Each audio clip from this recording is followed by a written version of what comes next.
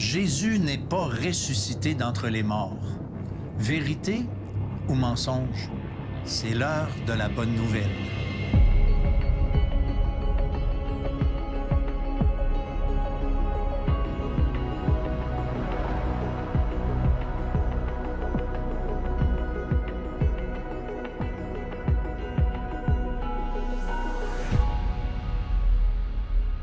Bonjour, bienvenue à l'heure de la bonne nouvelle.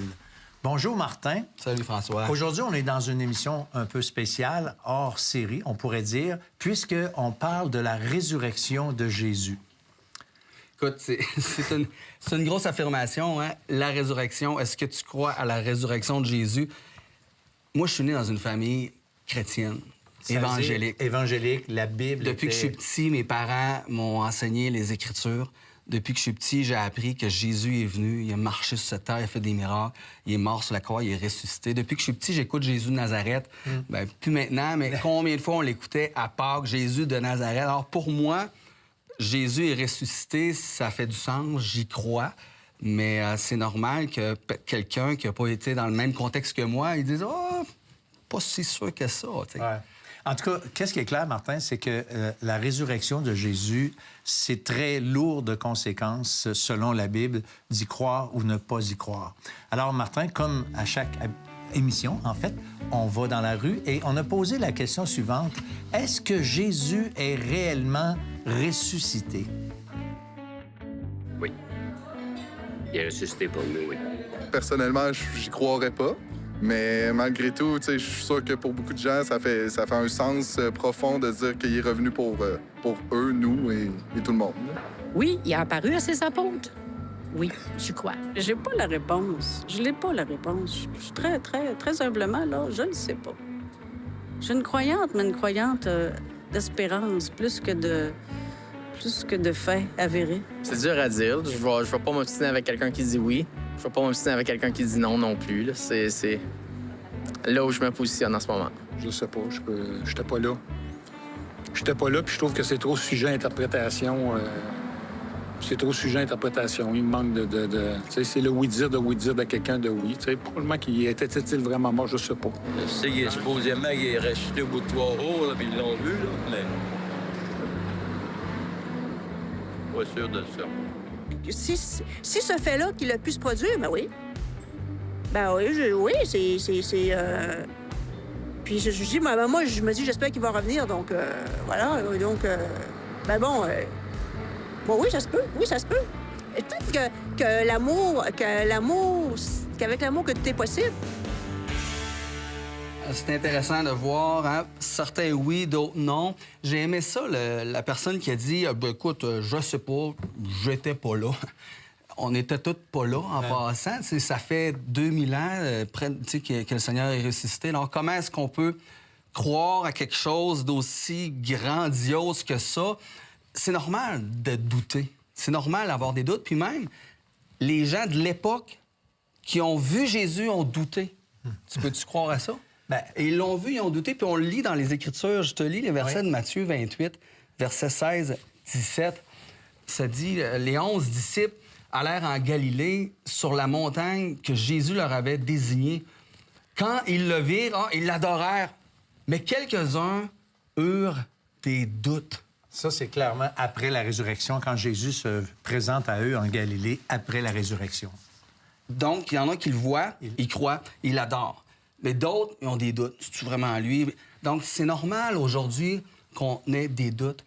Mais Dieu, dans le christianisme, on est appelé à croire par la foi.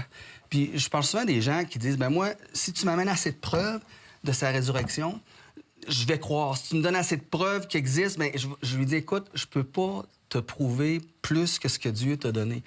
Dieu, il veut venir nous chercher, puis il veut qu'on s'engage par la foi. Donc, la foi, c'est de croire en quelque chose qu'on ne comprend pas tout, quelque chose qu'on ne voit pas à la rigueur. On ne voit pas Dieu, on n'a pas vu la résurrection, mais la Bible le dit.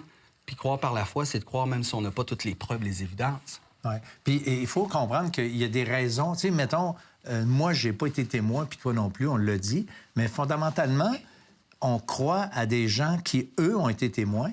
Puis eux ont payé de leur propre vie, plusieurs d'entre eux. Alors, les raisons de croire... Moi, je dis souvent, la foi, c'est pas un saut dans le vide. C'est un saut dans le vide, sachant que quelqu'un qui va t'attraper en bas, puis tu le sais, parce qu'il y a des évidences que c'est un fait.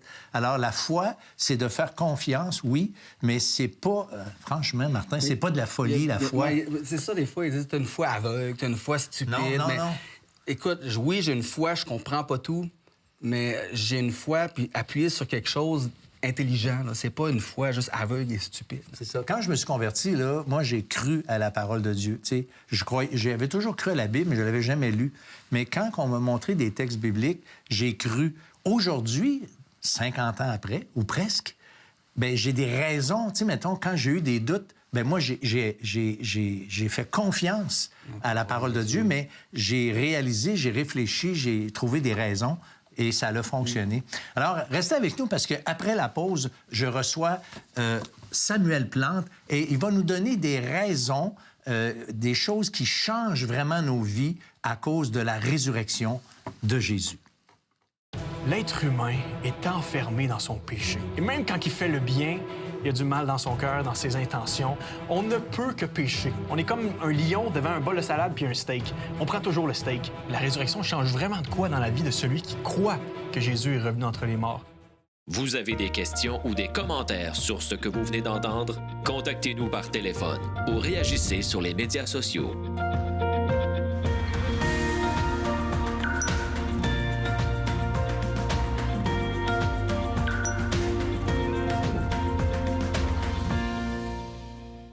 Alors, Samuel, le sujet qu'on traite aujourd'hui dans cette émission, la résurrection de Jésus-Christ, est-ce que c'est quelque chose qui est digne de confiance? Mais surtout, aujourd'hui, j'aimerais qu'on puisse s'entretenir sur le fait que ça change quoi dans nos vies, ça, aujourd'hui? C'est une bonne question, hein, parce que regardez le Vox Pop, j'ai l'impression que les gens sont prêts à y croire, mais ça change pas grand-chose dans leur vie, en réalité, la résurrection. Donc, c'est un sujet un peu à mettre aux oubliettes.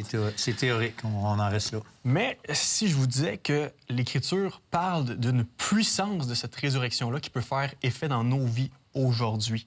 En fait, l'Écriture donne plusieurs conseils, puis en fait, plusieurs clés nous permettant de dire que la résurrection change vraiment de quoi dans la vie de celui qui croit que Jésus est revenu entre les morts. La première chose que ça change, c'est que ça nous entraîne dans la vie de Jésus. Et j'aimerais lire un passage à ce sujet, Romains 6, les versets 4 à 7. Ça nous dit « Nous avons donc été ensevelis avec lui par le baptême en relation avec sa mort, afin que, comme Christ a été ressuscité par la puissance glorieuse du Père, nous aussi nous menions une vie nouvelle. Car si nous avons été unis à lui par une mort semblable à la sienne, nous le serons aussi par une résurrection semblable à la sienne. Comprenons donc que l'homme que nous étions autrefois a été crucifié avec Christ afin que le péché, dans ce qui fait sa force, soit réduit à l'impuissance et que nous ne soyons plus esclaves du péché.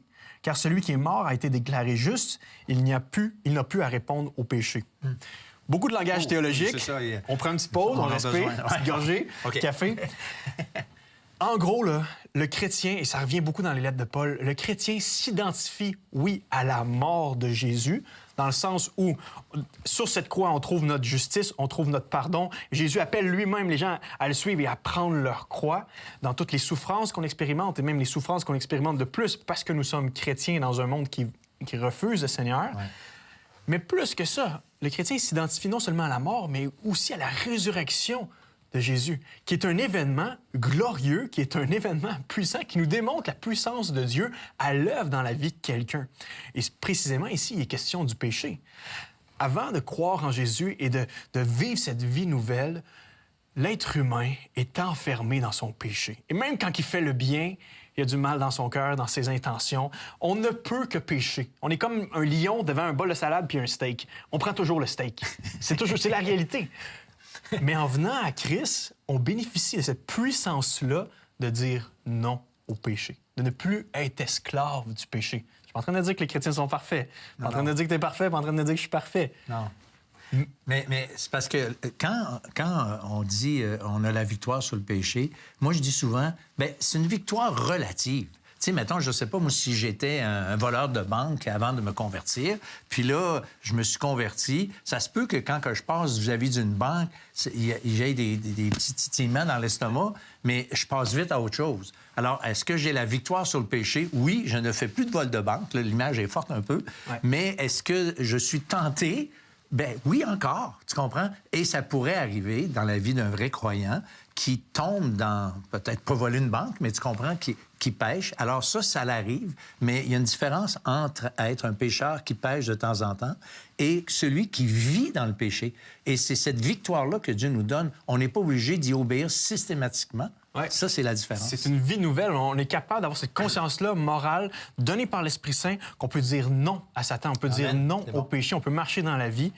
La résurrection aussi, c'est quoi? C'est un saut. C'est comme la preuve éclatante que Jésus n'est pas mort comme n'importe qui, comme un martyr de l'histoire.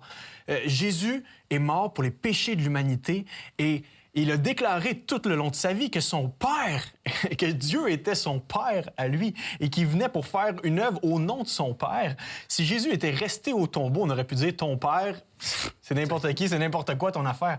Mais la résurrection, c'est la preuve éclatante que Dieu met le sceau en disant « oui, celui-ci est mon Fils bien-aimé » et il a vécu cette vie qui mérite la vie. Et Jésus renaît comme le chef de file d'une nouvelle humanité. Oui, puis c'est pour ça que la résurrection, Paul dit, on est encore dans nos péchés si Christ n'est pas ressuscité, parce que c'est comme si Dieu n'avait pas donné son sceau d'approbation, d'où l'importance de la résurrection dans le Nouveau Testament. Oui, et cette importance-là dans nos vies se répercute, parce que puisque Dieu, le Père, a mis le sceau sur la résurrection en disant « cette puissance-là ressuscite mon Fils », mais aujourd'hui, on sait que dans nos propres vies, en mettant notre foi en Jésus, on est déclaré juste devant le tribunal divin par les mérites de Christ. Et ça, là, laisse-moi dire que ça change de quoi, là? Parce que on vit dans un monde qui est empreint d'anxiété, d'angoisse, et souvent, quand tu creuses, moi je creuse souvent dans les conversations, les gens finissent par admettre qu'il y a une forme de culpabilité qui leur colle à la peau. Ils commencent par nommer leurs mauvais coups du passé, et ça te retient captif. Mais alors que quand tu découvres que cette justification-là est possible en Christ, laisse-moi te dire que la joie déborde dans ton cœur. Ça va plus loin que le pardon, ça. Parce que, tu sais, on dit des fois, je suis pardonné. Imagine, tu sais, un prisonnier qui a fait des choses graves et puis qui a fait la prison et il a payé son crime, OK? Et puis, finalement, après sa peine, il est libéré, il vit. Mais ce gars-là est un ex-prisonnier. Hein? Souvent, tu sais, ils sont étiquetés. C'est triste un peu, bon, mais c'est quand même la réalité. Mais le croyant qui est justifié, il n'est pas étiqueté aux yeux de Dieu comme étant un pécheur, mais il est étiqueté comme étant un juste. C'est comme si le dossier judiciaire devant Dieu était littéralement jeté à la poubelle. C'est ça, la justification. Dieu nous voit maintenant, ceux qui ont été rachetés, il nous voit comme étant justes. Oui. C'est pas la réalité de ma vie, mais c'est la réalité devant Dieu. Ouais, et la résurrection historique de Jésus garantit cette justification-là. Non seulement ça, la résurrection garantit que Jésus est vivant. Il vit et maintenant, il vit pour Dieu. Il a même dit à ses disciples, là où vous serez 2 ou 3 réunis, je serai au milieu de vous. Ayez pas peur, j'ai vaincu le monde. Et à la fin de l'évangile de Matthieu, il va leur dire, je suis avec vous jusqu'à la fin du monde. Jésus est là. Pas physiquement, spirituellement, par son esprit. Il nous rappelle les Écritures, il nous rappelle sa présence, il nous rappelle que Dieu est là dans nos épreuves. C'est pour ça que des gars comme l'apôtre Paul, qui ont été martyrisés tout le long de leur vie après avoir déclaré que Jésus était le Fils de Dieu, peut dire, je suis abattu, mais je suis pas défait. Oui, je vis des détresses, mais je suis pas dans la défaite. Ma joie est là, ma paix est là quand même. Moi, ça me rappelle une expérience que j'ai faite récemment. Je revenais d'un camp de vacances et je me suis pris pour un jeune un instant. J'ai décidé de faire la fête, là, tout le camp de vacances, jouer avec les jeunes, je vais y étaler, feu de camp, tout ça. Là, à la fin de la semaine, je me fais un claquage à une jambe. Et là, on retourne à la maison, on attrape la COVID. Ma femme est hospitalisée quelques jours, problème d'intestin. Ma fille, après ça, attrape une vilaine gastro et je te dis, François, elle s'est mise à vomir 16 fois de suite. Et là, je me retrouve après, c'est quelques jours de folie. J'étais à l'hôpital, j'ai ma fille dans les bras, j'ai de la misère à marcher. Et honnêtement, il y a trop d'événements dans la vie qui se produisent pour que je réalise qu'est-ce que je passe. J'arrive même plus à interpréter qu'est-ce qui m'arrive. Mais à ce moment-là, la seule paix que j'avais dans mon cœur, c'est pas « je suis capable », c'est pas « je suis bon », c'est pas « je vais y arriver ». Jésus est là. Jésus est avec moi. Jésus traverse ce que je vis présentement. J'ai ma fille dans les bras qui vomit sur moi dans la salle d'urgence. Je sais pas qu'est-ce qui se passe. Mais je sais une chose. C'est une conviction profonde. Dieu est là. Jésus est avec moi. Je n'ai pas à me laisser envahir par toutes les circonstances. Et je pense que c'est une vérité qui change radicalement notre vie, de savoir que Jésus est vivant, Jésus est là, la puissance de la résurrection agit en nous. L'apôtre Paul va dire, la mort agit en moi, c'est-à-dire les détresses, les persécutions, afin que la vie agisse en vous. Cette vie-là, Christ ressuscité comme prémisse entre les morts, agit dans le chrétien. Elle lui fait désirer les bonnes choses. Elle lui fait désirer cette vie éternelle. C'est comme si le royaume de Dieu avait comme devancé un petit peu. L'éternité est entrée dans le présent. Pour le dire dans les mots de Apple, the future is now. Le futur est déjà là dans la vie du croyant. Alors que son corps dépérit, mon corps dépérit, nos corps dépérissent, notre âme se fortifie dans la vie de Jésus-Christ. Dans un psaume, c'est marqué « Dans la vallée de l'ombre de la mort, je ne crains aucun mal, car tu es avec moi. Et ça, là, même nous, là, le croyant que nous sommes, on est rassurés même devant la mort. Puis on sait que la mort, c'est le roi des épouvantements, selon un texte du livre de Job. C'est bon, ça. Pour le chrétien, là, la mort n'est plus une peur, en fait. C'est un gain. On est libéré de l'esclavage de la peur de la mort. Et on sait qu'il y en a beaucoup qui ont peur. Des fois, même, je parle à des jeunes, puis c'est une des peurs qui les hante la nuit, la peur de mourir. Mais pour le chrétien, la mort, c'est rendu quoi? C'est rendu une abeille qui a plus d'or. C'est l'apôtre Paul qui dit, « Mort, où est ta force? T'as perdu ton aiguillon. » Ce qui permettait d'aller picosser les gens, c'est même plus là. Pour nous, la mort, c'est une abeille qui nous tourne autour, mais on sait qu'elle ne pourra jamais nous piquer. Et en fait, ça devient le plus beau passage pour le chrétien, la mort. On rentre à la maison. C'est bon. Merci. Écoute, après la pause, restez avec nous parce que Samuel va continuer de nous entretenir de ce merveilleux sujet. L'heure de la bonne nouvelle, en collaboration avec le Messager chrétien, vous offre gratuitement le livre de méditation quotidienne La Bonne Semence. Pour en recevoir un exemplaire, écrivez-nous à l'heure de la bonne nouvelle, casier postal 33012, comptoir postal Thibault, Trois-Rivières, Québec, G8T 9T8.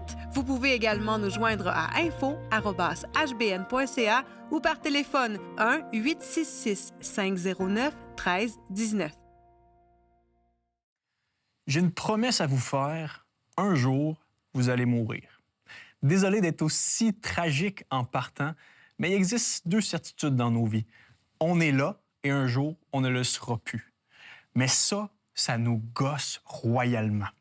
Et c'est une des raisons pourquoi on tend à s'évincer, s'échapper de la mort, se divertir de la mort. En société, on n'aime pas trop ça, parler de la mort. C'est pas un thème qu'on va parler dans une discussion légère. Et même se rendre dans un enterrement ou un salon, c'est pas quelque chose qu'on aime. Au contraire, la mort est comme cet intrus-là qu'on veut repousser de nos vies. On a comme l'éternité dans le cœur. On se met de la crème pour vivre éternellement. On aimerait ça jouir de nos relations éternellement. On aimerait ça que la vie ne s'arrête jamais comme un long fleuve tranquille.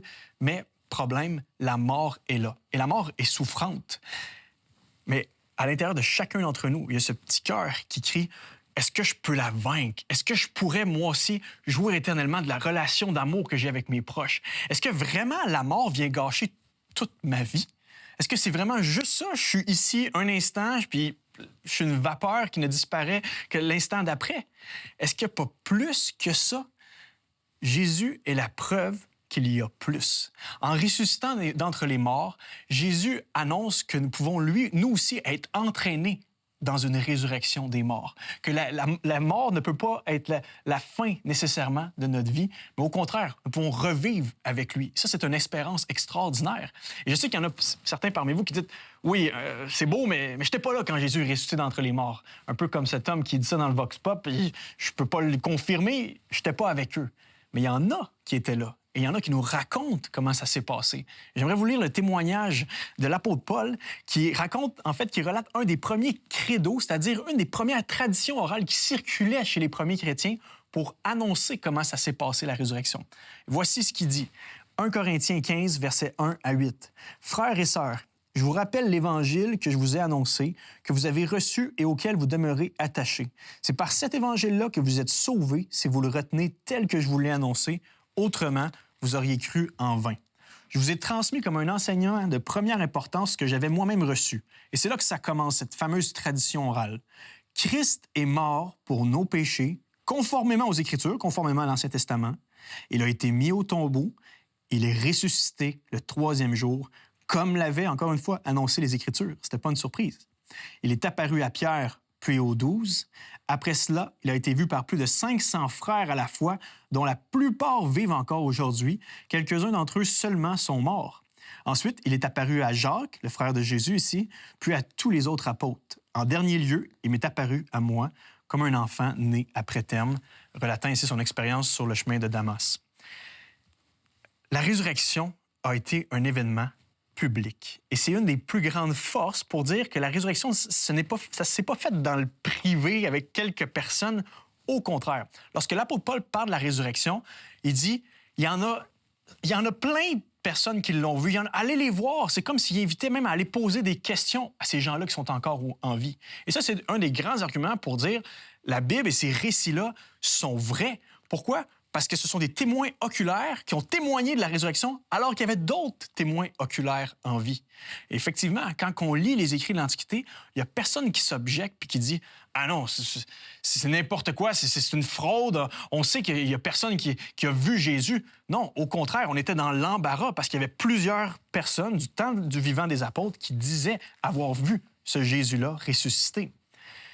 Il faut aussi considérer que ce n'est pas n'importe quel Joe Blow qui est ressuscité. C'est un gars qui a dit avoir eu Dieu comme père tout le long de sa vie, qui a fait des miracles extraordinaires, qui démontraient qu'il était plus que juste un homme, qui a dit qu'il venait pour pardonner les péchés de l'humanité. Et il est amené sur cette croix parce qu'il dit avoir blasphémé. Il est prétendu que Jésus a blasphémé et on le crucifie sur cette croix-là romaine. Jésus ressuscite parce que Dieu approuve les paroles de Jésus. C'est le même homme qu'on a condamné à mort parce qu'on dit il a dit des choses qui font pas de sens. Dieu le ressuscite. C'était la preuve éclatante qu'il était vraiment ce qu'il a prétendu être, le Fils de Dieu. Les disciples n'avaient pas dans le coin de leur tête l'idée même que Jésus allait ressusciter. C'était pas une idée qui circulait dans le judaïsme. Au contraire, on croyait qu'il y avait juste une résurrection des morts à la fin de l'histoire.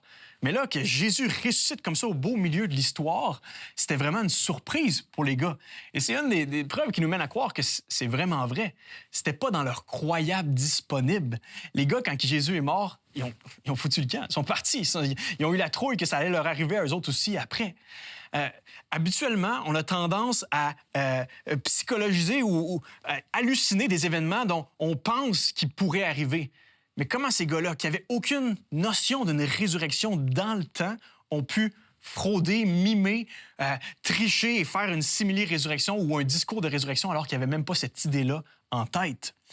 Et comment expliquer plus encore le renversement et l'explosion du christianisme? D'une petite secte juive appelée les Nazaréens, est née l'Église de Jésus, qui aujourd'hui est énorme. Il y a eu une explosion du christianisme. Le seul événement possible qui ferait en sorte que des Juifs strictement monothéistes qui croient en un seul Dieu, du jour au lendemain, croient que Jésus est le Fils de Dieu et qui est mort ressuscité pour leurs péchés, ce changement de paradigme peut seulement être expliqué par un événement choc, un événement majeur. Et le seul événement qui fit dans cette petite boîte-là, c'est la résurrection de Jésus-Christ.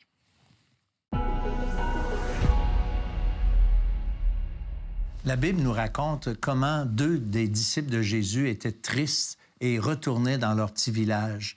Et quand ils ont réalisé que Jésus était avec eux, que c'était lui, le Jésus, celui qui était mort puis qui était maintenant ressuscité, bien, ça a complètement changé le reste de leur vie. Ils sont même retournés à Jérusalem pour le dire aux autres, tellement ils étaient contents. Parce que la résurrection de Jésus fait toute la différence. Fait toute la différence par rapport au pardon que Dieu veut nous accorder dans sa bonté, puisque Christ est mort et il est ressuscité. Et il fait toute la différence dans nos vies présentement, puisqu'on peut avoir cette relation intime et personnelle avec lui. Et c'est ce que Dieu veut. Et c'est pour ça que Jésus est venu, pour nous réconcilier avec ce Dieu d'amour, mais ce Dieu d'amour qui était en colère à cause de notre péché. Mais Jésus a reçu et a pris sur lui cette colère de Dieu pour que nous, on puisse être en paix. Et à partir du jour où on se tourne vers lui, on implore son pardon et on veut à nouveau être en relation avec ce Dieu, Dieu nous reçoit, Dieu nous pardonne et à partir de ce jour, on vit, j'allais dire, main dans la main avec le ressuscité. Vous avez des questions ou des commentaires sur ce que vous venez d'entendre? Contactez-nous par téléphone ou réagissez sur les médias sociaux.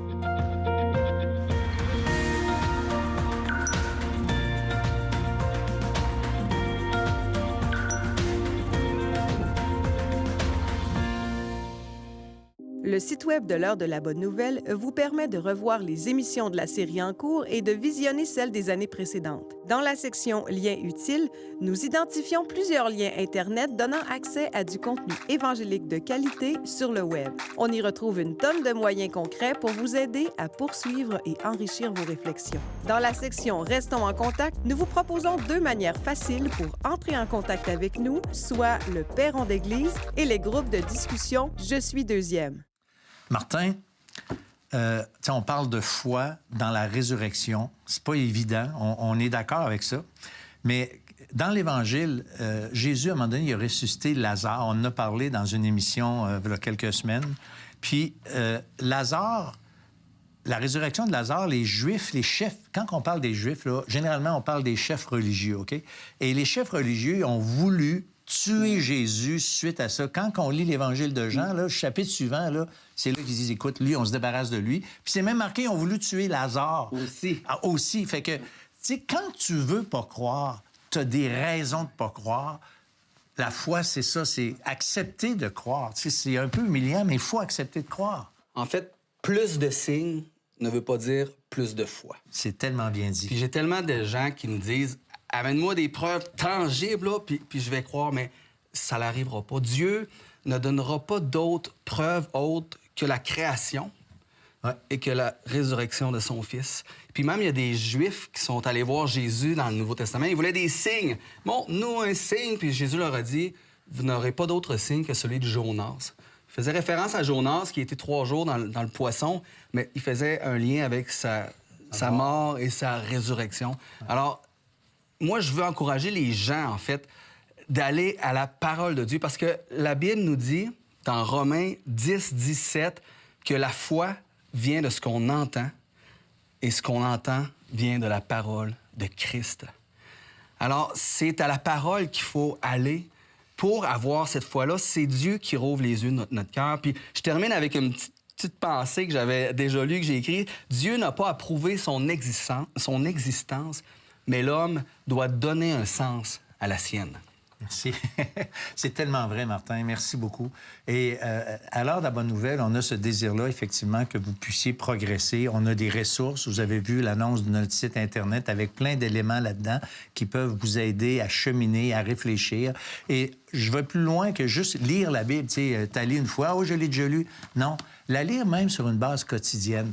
Prendre la parole de Dieu, puis même, peut-être avant de commencer votre lecture, dire, regarde, Seigneur, moi, j'aimerais ça que tu me parles. Je veux comprendre. Et puis, laissez Dieu vous parler à travers les Saintes Écritures.